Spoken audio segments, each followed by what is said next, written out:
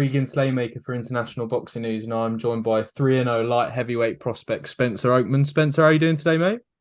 I'm good, thank you, mate. How are you? I'm very well, thank you. Perfect. So we'll jump straight into it. Obviously, you've got your fight on Sunday night, looking to move 4-0. How is camp going for your fight?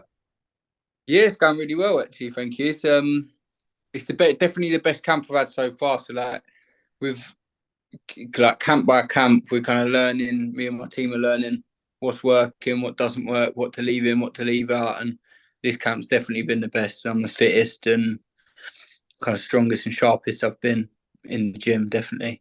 Perfect, mate. It's very good to hear. Kind of, obviously, boxing on kind of the small hall shows at the moment. Dean Whyte shows, obviously, they're growing and more ever present on kind of the British boxing scene at the moment. But people who haven't watched you fight, Spencer, what can people expect when they head down to Maidstone on Sunday?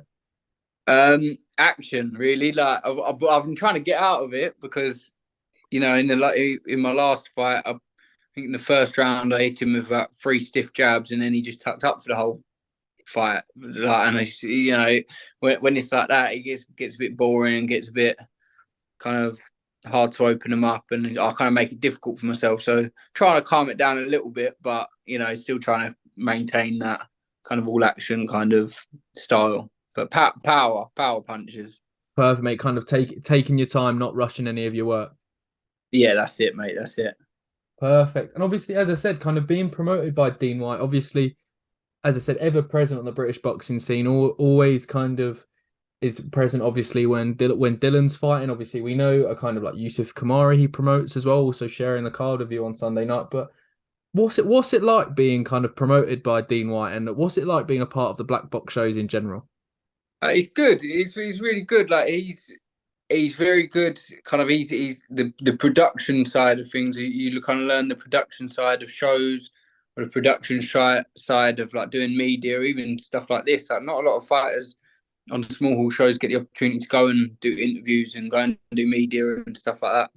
And with Dean, that's definitely been a kind of like a key point. Is get in front of the media, get in front, start selling yourself, and start building a fan base, start building your social medias, and that's been definitely ever present. Even with Leon, he helps out loads, and yeah, it's good. And as well with Dean, he's a big name. He's always on doing interviews and stuff like that, and it's good to be promoted by somebody that's kind of got that recognition in boxing.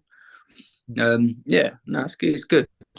Perfect, mate. And after one, looking forward, I'm going to try and head down to the show on Sunday night as well, mate. Kind of obviously, you've talked about your preparation there. Kind of, we're just talking a bit off camera. Obviously, you've Hold sparred. on, you Oh, broke up. oh, are we there? There you go. I think you're back. There, I think you're there back. we go. Perfect. I'll start that question again and I'll cut this bit out. But no, obviously, we were talking a little bit off camera and kind of, obviously, we were talking about kind of your preparation, and you've sparred the likes of kind of Karol Itauma and Anthony Yarde.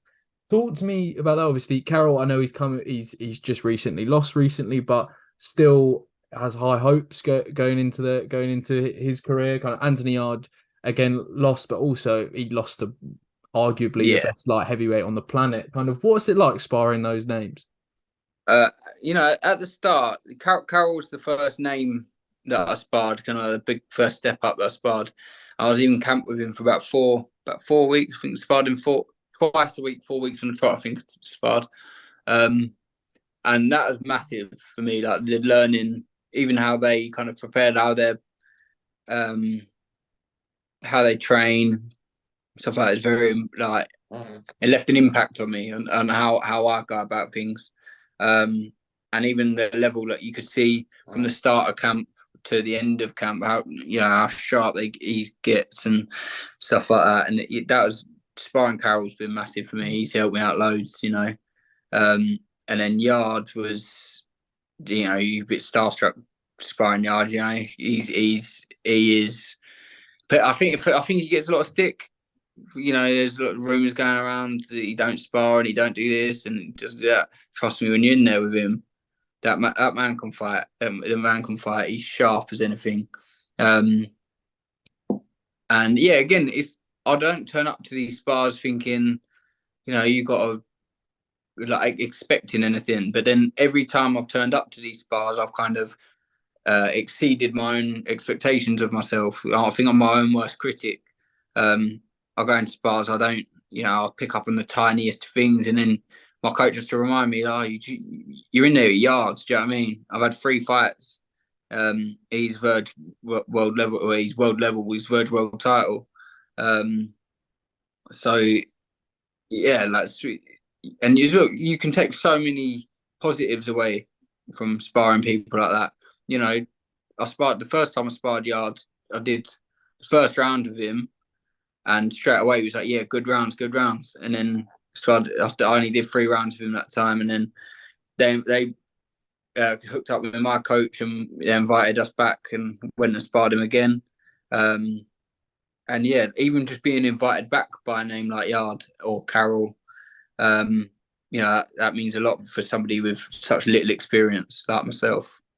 Does that kind of I suppose you touched on it a bit there. Is it a big confidence boost kind of? Obviously you go there the first time, but as you said, being invited back, does it kind of give you a bit more of a confidence boost, or it just proves, like as you said, you're your own worst critic, right? So does that give you a bit of recognition going, hold on, these world ranked names kind of rate my ability? Does it give you a bit more confidence going into the ring, say going into Sunday? Yeah, 100%. Like if I can hold my own against the likes of Yarde and the likes of Karol, and some of these top names, like, the thing I'm aiming. My first goal is to get a Southern area, and I'm holding my own against people like Karol and against Yarde who have kind of surpassed that level. So it sets me in good stead and gives me a lot of confidence that I'm even past Southern area level, in my opinion, and in my coach's opinion. That's the first belt on the list. But yeah, it definitely backs up kind of my self confidence and where I value myself in the rankings and what level I see myself at the minute. Perfect. Obviously, you mentioned there kind of the first belt on your list is the area title as well. Is it very much in your mind that you want to go the so-called traditional route, so area title, English title, British, Commonwealth, European, and then world? Is that kind of the route you would like to take? I mean, that's kind of like the dream for British fighters, isn't it? It's kind of that's what you'd like, but I'm not going to sit here and say you get to English level and you get a chance to go into Europe or America or wherever and go and fight over there. I'm not going to turn those opportunities down. So I'm very laid back with the way I see my career going. I'm very kind of one fight at a time. Like I said, the Southern area is the aim. Hopefully for the end of the year, maybe early next year. And that's the first one. And then we just see. I'm relaxed with it. You see where it goes. Hopefully, yeah, I can go into English, British, world, European, world, whatever. But there's also opportunities out there now in boxing to go and fight abroad and fight in these different countries, and even just in life, just go and experience stuff. Go and fight in Europe or wherever. Do you know what I mean? So I'm not going to turn those opportunities down if they can.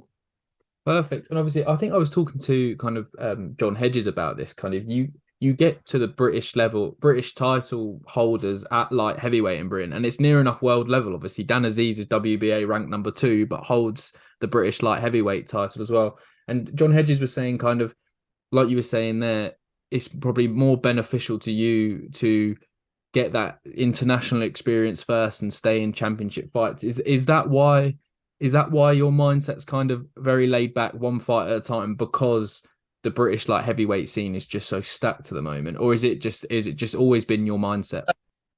I think it's just I'm kind of yeah. I think it's just been my mindset. Kind of, I just very relaxed with it. If like I'll fight anyone, I'll spar anyone, I'll fight anyone. So although a lot of people could see it as a bad thing that the British light heavyweight scene so stacked and there's so much talent there, but in my head, that's an opportunity rather than a bad thing. It's not saying you should avoid. A lot of fighters would try and avoid that to try and keep their rankings, and but there's fights in Britain to be made up the levels towards British level, English and British level.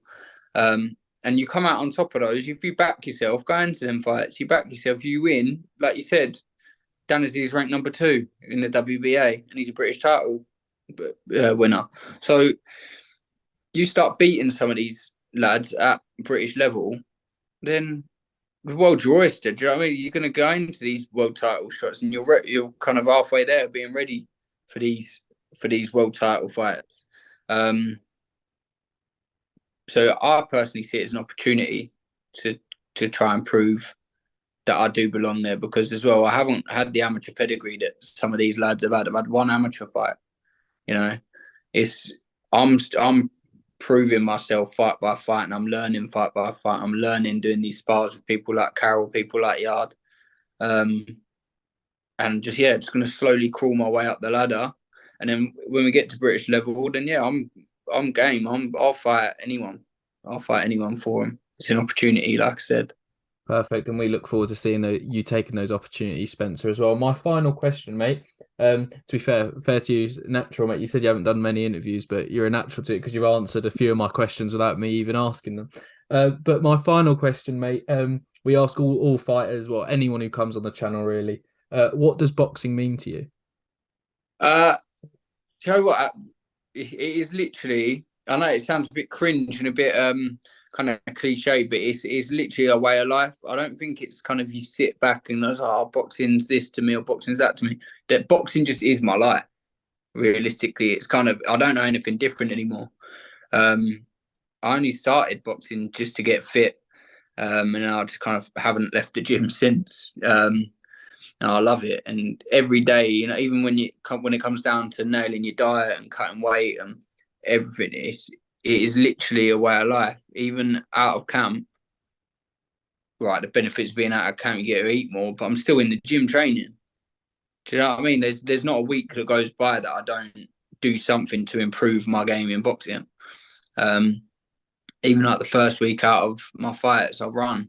I'm still running. I'm still staying fit. And you know, if boxing wasn't so ingrained in my life, I probably wouldn't do that.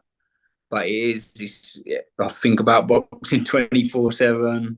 I'm trying to improve on my boxing 24/7. Any tips, tricks? You know, I'm trying to nail my diet, trying to improve on my camps. It's literally become my life. It's taken over my life, but I love it, so I can't complain. Perfect. Well, Spencer, thank you very much for giving me your time today, mate. Best of luck on Sunday night, and I hope to be there as well. See you go 4-0. No, I appreciate it, brother. Thank you.